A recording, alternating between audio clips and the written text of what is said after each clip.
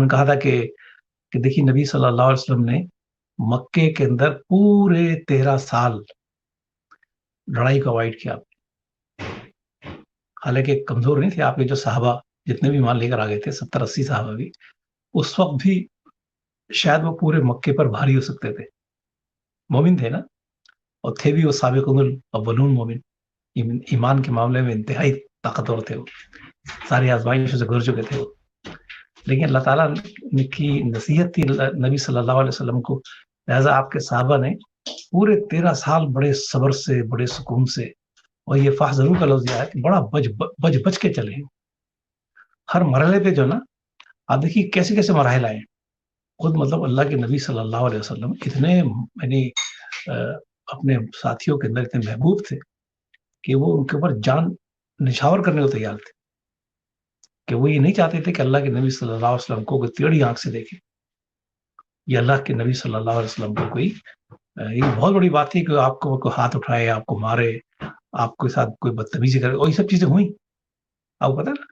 تو میں حیران ہوتا ہوں, سوچتا رہتا ہوں کہ واقعی صحابہ کے غصے کا اشتعال کا کیا عالم ہوتا ہوگا. اور پھر کہ اللہ تعالیٰ کا حکم تھا کہ نہیں صبر سے کام لو, ہاتھ تو اٹھانا ہی نہیں تھا. کوئی کچھ کر لے تو میں جواب دینا ہی نہیں ہے سر میں. تو یہ جو فاحذروا کا جو ہے یہ بڑی زبردست مطلب اس کی تشریح سمجھ لے کہ مکی دور میں آپ کو نظر آئے گی کہ کیسے تمہیں اوائڈ کرنا, کیسے بچنا, بچ کے چلنا. تو یہ ایک چیز تو ایک کنفرنٹیشن سے بچنا چاہیے, لڑائی جھگڑے سے بچنا چاہیے, گھر کے اندر فساد سے بچنا چاہیے. ایسی چیز کے جو پورے گھر کے ماحول کو خراب کر سکتی ہو آپ کے, اس کو جتنا اوائڈ کر سکتے ہیں اس کو, اور جتنا اس کو ٹھنڈا کر سکتے ہوں, جتنا اس کو ڈیلے کر سکتے ہوں اس کو کرنا چاہیے. پہلا لفظ اللہ نے فرمایا کہ فیملی سسٹم کے اندر خاندان کے نظام کو بہتر بنانے کے لیے پہلے لفظ. پھر فرمایا وہیں تعفو, دوسری بات بتائی. تعفو کا مطلب ہے معاف کر دو, غلطی ہو تو معاف کر دو. یہ بھی بڑی چیز ہے, معافی تلافی جو ہوتی ہے. اور پھر اس کے فوراً آگے بتا دیا کہ درگزر یعنی وہ تصفحو کا درگزر سے کام لو. آپ وہ درگزر سے کام لو, درگزر کرو. اور تغفرو کا مطلب یہ بتایا مولانا نے یہاں پہ کر دیا, چشم پوشی سے کام لو. یعنی معاف, یہ بھی تقریباً ایک ہی جیسے الفاظ ہیں سارے. یہ اللہ تعالیٰ نے لیکن اس کو ایک بہتر انداز سے بہت ہی بار بار انداز کے اندر بیان کیا. ریپیٹیشن جو ہوتی ہے اس کا مطلب وہی بات ہے کہ جس کو بار بار ریپیٹ کیا جا رہا ہے کہ معافی تلافی رکھو, آپ وہ درگزر کرو, اور یعنی کہ جتنا الاؤنس دے سکتے ہو دو. غلطی ہو گئی تو اس کو کیا نام ہے نظر انداز کر دو, اس کو دہراؤ نہیں, اس کو جتاؤ نہیں اس کو. اور چشم پوشی سے کام لو. غصے اگر کوئی ضرورت آپ ٹھنڈے ہو جائے, ضروری تھوڑی کہ آپ غصہ آ رہا ہو کسی کو تو آپ بھی غصے میں آ جائے.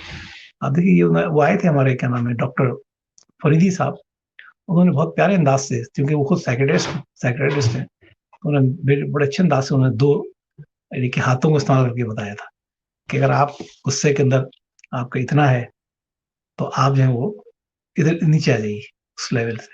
اگر آپ برابری والا رکھا معاملہ تو پھر تو سمجھ لیں گے کنفرنٹیشن ہوگی, غصہ بڑھے گا, لڑائی ہوگی. اگر کوئی اتنے پہ ہے اس لیول پہ, آپ اس پہ آ جائیے. جتنے پہ آپ اس سے نیچے چلے جائیے. تو آہستہ آہستہ آپ دیکھیے کہ وہ اس لیول سے نیچے آ جائے گا خود ہی. تو بڑا اچھے انداز سے انہوں نے بتایا تھا کہ لیول سمجھا کے بتائے تھے کہ یہ لیول ہوتے ہیں کہ جس سے آپ گر کے آپ نیچے گھر کے اندر ماحول کا اچھا بتا سکتے. تو یہ اللہ تعالیٰ کی آیات ہیں, یہاں پہ سورۃ تغابن کی آیات ہیں.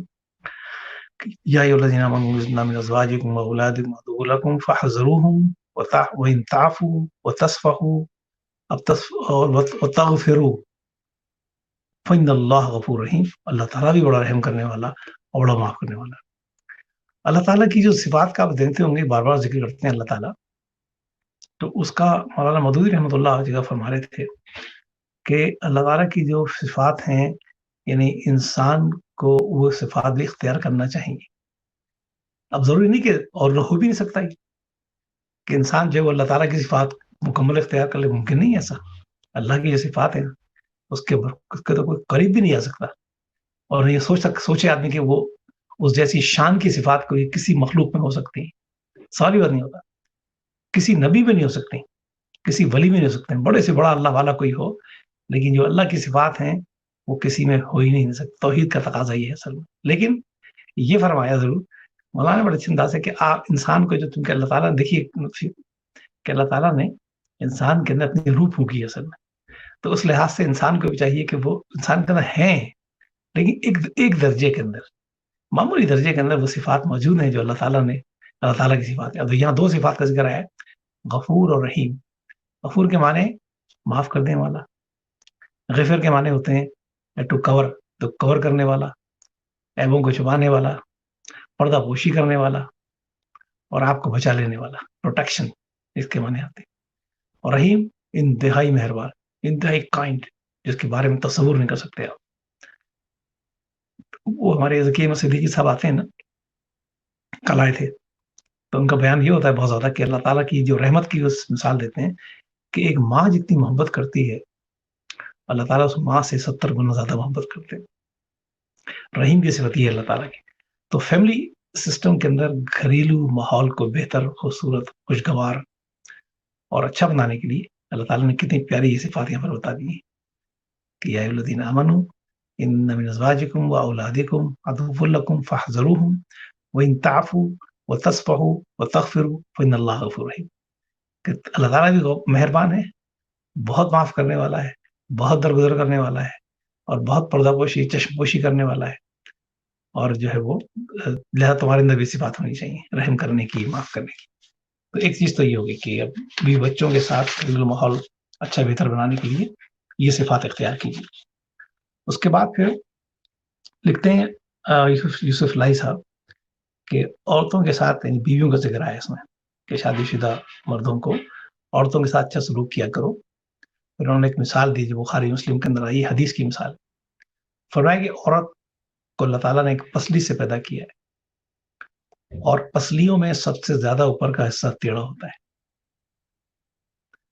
تو فرمایا کہ اگر اس کو سیدھا کرو گے تو ٹوٹ جائے گی، اور اگر اس کو چھوڑ دو گے تو ٹیڑھی ہو جائے گی. تو لہٰذا عورتوں کے ساتھ اچھا سلوک کرو. یہاں بتایا کہ بیلنس سلوک کرو. اصل میں اگر آپ نے سختی کے ساتھ توڑنے کی کوشش کی تو وہ اتنی برٹل ہوتی ہے اور اتنا اس میں کیا نام ہے فرجائل کہ وہ ٹوٹ سکتی ہے. ٹوٹ کا مطلب یہ کہ نفسیاتی طور سے اچھے اثرات نہیں پڑیں گے اور سائیکولوجیکل اثرات خراب پڑ سکتے ہیں جو جسم پہ پڑ جاتے ہیں. بعد میں آپ کو بتاؤں یہ عورت کی ایک خاص وہ ہے کہ اگر اس کے نفسیاتی طور پہ وہ ڈپریسڈ ہوگی تو وہ اس کے ہسٹریائی دورے پڑ جاتے ہیں اس پہ، اور وہ بعض ہسٹریائی دورے جو ہوتے ہیں وہ بڑے خراب، یعنی بعض وہ مرگی کے دورے بن جاتے ہیں. تو وہ اس کا خیال رکھنا چاہیے کہ وہ ذہنی طور سے اتنا پریشر نہ آئے کہ وہ پھر جسم پہ اس کے اثرات خراب. تو اور سختی علاج نہیں اصل میں. ایک ہے سخت ہونا چاہیے لیکن ایک تناسب کے ساتھ. بہت زیادہ آدمی کو ہم اردو میں کہتے ہیں بلو کو بلی کا گوبھی نہیں بننا چاہیے. ایک مرد کے اندر اس کا ایک تناسب ہونا چاہیے، بیلنس ہونا چاہیے. اور بڑی پیاری مثال ہے کہ عورت جو ہے وہ ایسی ہوتی ہے کہ تم اگر سختی کرو گے تو بگڑ جائے گی. وہ جناب آپ کے کیا نام ہے ٹھاک کر کے کھڑے ہو جائے گی آپ کے مقابلے کے اوپر. کر لیں پھر مقابلہ، ظاہری بات ہے. تو مقابلے کو اوائڈ کریں، اصل میں اتنی سختی نہ کریں. یعنی اگر آپ سختی کر رہے ہیں تو آپ کے یعنی کہ پیچھے لاشعور میں ایک ہونا چاہیے میجرمنٹ کہ کتنی کرنی ہے، کہاں تک کرنی ہے، کہاں تک ہو سکتی ہے. اور جہاں دیکھیں کہ بھائی اب لمٹ ٹوٹ رہی ہے تو پھر رک جائیں وہاں پہ. السلام علیکم. وعلیکم السلام. رمضان صاحب بھی تشریف لائے ماشاء اللہ، ہمارے بہت ریگولر ساتھی ہیں، پارٹیسپینٹ ہیں ہمارے. تو عورتوں کے ساتھ رمضان صاحب بات چل رہی ہے کہ کیسے گھر کے ماحول کو بہتر بنایا جائے اور عورتوں کے ساتھ کیسے سلوک کیا جائے. یعنی یہ شادی شدہ لوگ ہیں ان کے لیے بھی نصیحت ہیں اس کے اندر، اور جو جن کی شادیاں بھی نہیں ہوئی ہیں وہ بھی اس سے سیکھیں کہ نبی صلی اللہ علیہ وسلم نے فرمایا کہ دیکھو عورت کو اللہ تعالیٰ نے مرد کی پسلی سے پیدا کیا ہے، اور پسلی جو ٹیڑھی ہوتی ہے اگر تم نے اس کو سیدھا کرنے کی کوشش کیا، یعنی سختی کی اگر تم نے، تو یاد رکھو وہ ٹوٹ سکتی ہے. اور فرمایا کہ تم نے چھوڑ دیا تو اور ٹیڑھی ہو سکتی ہے. تو لہٰذا یعنی بہت ہی تناسب اور بہت ہی بیلنس رکھنے کی ضرورت ہے. یہاں یہ فرما دیا. اور پھر آپ نے آگے فرما دیا کہ دیکھو عورتوں کے ساتھ تم اچھا سلوک کیا کرو. پھر فرمایا کہ اپنی بیوی کے ساتھ ہمیشہ آپ خوش اخلاقی برتی ہے، پیار اور محبت سے پیش آئیے. نبی صلی اللہ علیہ وسلم نے فرمایا کہ کامل ایمان والے مومن وہ ہیں جو اپنے اخلاق میں سب سے اچھے ہوتے ہوں اور تم میں سب سے اچھے وہ لوگ ہیں جو اپنی بیویوں کے حق میں سب سے اچھے ہیں. یہ دیکھیے آپ کہ جو بیوی کی گواہی ہے اصل میں وہ کہتے ہیں نا بڑی گواہی ہوتی ہے. اور حقیقت ہے کہ بیوی کی گواہی اللہ تعالیٰ قیامت کے روز بھی طلب کریں گے. خود جو ہے آپ دیکھیے کہ نبی کریم صلی اللہ علیہ وسلم کی پہلی گواہی جو ہے ان کی بیگم نے دی. آپ جب تشریف لائے ہیں اوپر سے غار ہرا سے اتر کر پریشان تھے, اللہ کا کلام آپ کو بنایا تھا اور حکم آیا تھا کہ اس کلام کو, اس پیغام کو تم دنیا کے انسانوں تک پہنچاؤ. آپ بڑے پریشان تھے. اور یہ وہ ذات پہلی تھی, عورت ذات, کہ جس نے تصدیق کی اللہ کے نبی صلی اللہ علیہ وسلم کے اس پیغام کی, اس کلام کی, اللہ تعالیٰ کی پیغام اور نبوت کی. اور پہلی ایمان لانے والی جو تھی وہ یہ خاتون تھی, عورت تھی. اور انہوں نے گواہی دی کہ اللہ کے نبی میں گواہی دیتی اشہد اللہ الہ الا اللہ, جہاں تک آپ نے اللہ کے یعنی الہ ہونے کی گواہی بھی دی, محمد صلی اللہ علیہ وسلم کی نبوت کی بھی گواہی دی, اور یہ بھی گواہی دی کہ میں گواہی دیتی ہوں اس بات کی کہ آپ امین و صادق ہیں, آپ سچے ہیں, آپ نرم دل ہیں, آپ رحم دل ہیں, آپ معاف کرنے والے ہیں, درگزر کرنے والے ہیں, آپ جو یتیموں کے سروں پہ ہاتھ پھیرتے ہیں, آپ بیواؤں کا خیال رکھتے ہیں, آپ جو ہیں وہ کمزور اور مظلوم جو ہوتے ہیں ان کے سہارا بنتے ہیں. آپ کی تعریف تو ساری دنیا کرتی ہے, اور میں یہ جانتی ہوں کہ اس میں اللہ تعالیٰ آپ کو ان صفات کے ساتھ آپ کو کبھی بھی ضائع نہیں کرے گا. تو عورت کی یعنی بیوی کی جو گواہی ہوتی ہے بڑی امپورٹنٹ ہوتی ہے, وہ آپ کا یعنی لباس ہوتی ہے. آپ دنیا سے چھپ سکتے ہیں لیکن بیوی سے نہیں چھپ سکتے, وہ آپ کو اچھی طرح جانتی ہے. تو اس لیے کہا انہوں نے کہ آپ کے کامل ایمان والے وہ لوگ ہوں گے کہ جو اپنے بیویوں سے سب سے اچھے ہوں گے. دیکھیے آپ, جن کے اخلاق سب سے اچھے ہوں گے اور ان کی بیویوں کی تعریف کریں گے کہ یعنی کسی زور زبردستی سے تعریف نہیں کریں گے, اس وجہ سے تعریف نہیں کریں گے کہ بھئی چونکہ یہ میرے شوہر ہیں اور میں ان کے گھر میں رہتی ہوں, ان کی بیوی ان کی کیا نام ہے وہ مجبور ہوں. نہیں, وہ دل کی خوشی کے ساتھ, دل کی گہرائی کے ساتھ, دل کی محبت کے ساتھ, اور باقی اگر آپ ان کے ساتھ حسن اخلاق سے پیش آ رہے ہوں گے, اگر اچھا آپ نے رویہ ان کے ساتھ اختیار کیا ہوگا, اگر آپ اچھی طرح ان کے ساتھ ڈیل کر رہے ہوں گے, تب وہ آپ کی تعریف کریں گی. تو تب بات بنے گی کہ واقعی یعنی آپ واقعی اچھے ہیں. آپ کی اچھائی جو ہے وہ آپ کی بیوی سے پوچھی جا سکتی ہے نا کسی وقت بھی. فرمایا کہ اپنی خوش اخلاقی اور نرم مزاجی کو جانچنے کا اصل میدان آپ کا گھریلو زندگی کا میدان.